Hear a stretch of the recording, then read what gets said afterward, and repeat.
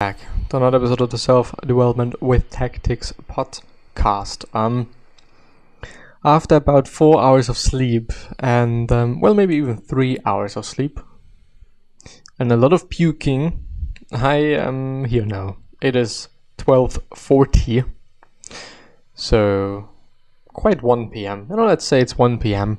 and in front of us we are having the practice by Seth Godin as a quote-unquote summary. It's not really a summary by Derek Sivers, author of many books and ex-entrepreneur, I guess, or still entrepreneur. I am not quite sure, but as I was going through it to see where I've stopped, I have noticed a pretty amazing line. The easiest way to go through life is to let life go through you. Give it to the prevailing winds and go along to get along. This requires very little effort because you're not working with intent, at least not your own intent. You're just getting by. A sailboat goes slowest when it is going downwind. That is because the snail acts as a parachute, meaning the boat can't go, and yada yada yada. I think this is actually also where we stopped the last time, but I'm not quite sure. What struck me was the easiest way to go through life is to let life go through you.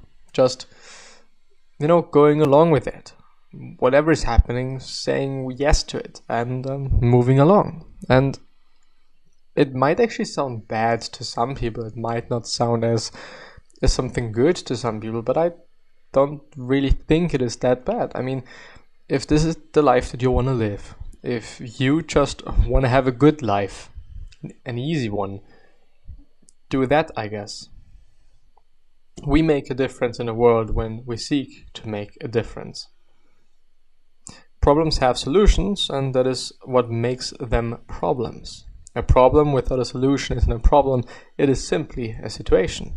Problems are usually solved by surprising, non-trivial alternatives. If an obvious solution from an obvious source could have provided an answer, it would have happened already. So, it is no problem. When this is the case, it's not a problem, but it is just a situation that, people weren't able to solve yet. The word peculiar simply means specific.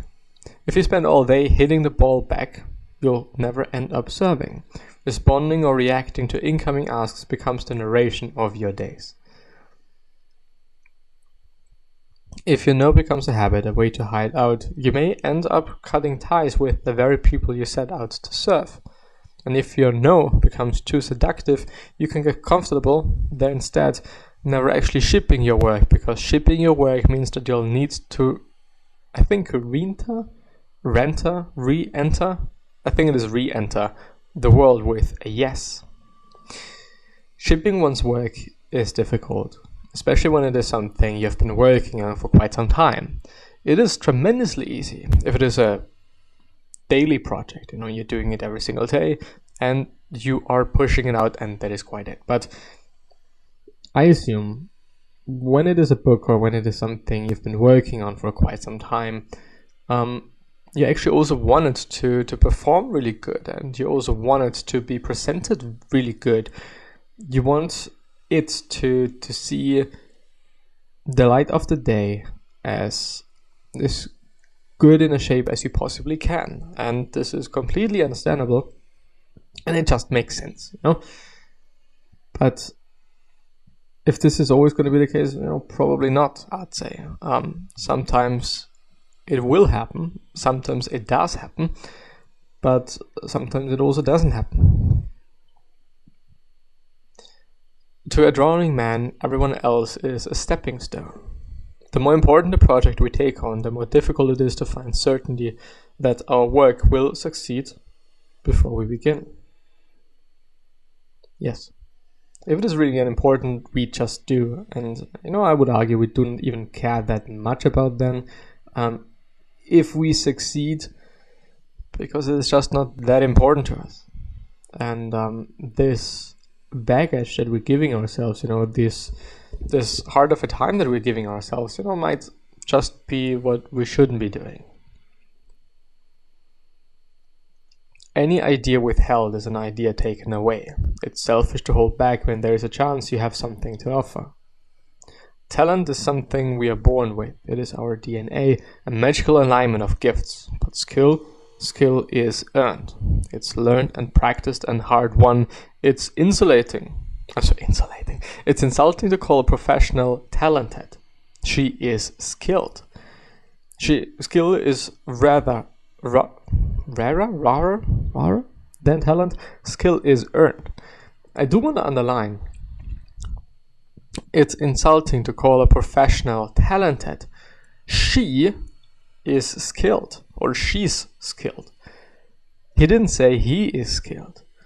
This is a very important, at least to me, and for me, a very important detail. Most often, when I am also talking about things, I'm like, okay, this, somebody did this, or he did this, or whatever. Even though you really often do not know if it was a man or if it was a woman. And so shifting it to this side feels really great to me. It feels refreshing. It feels,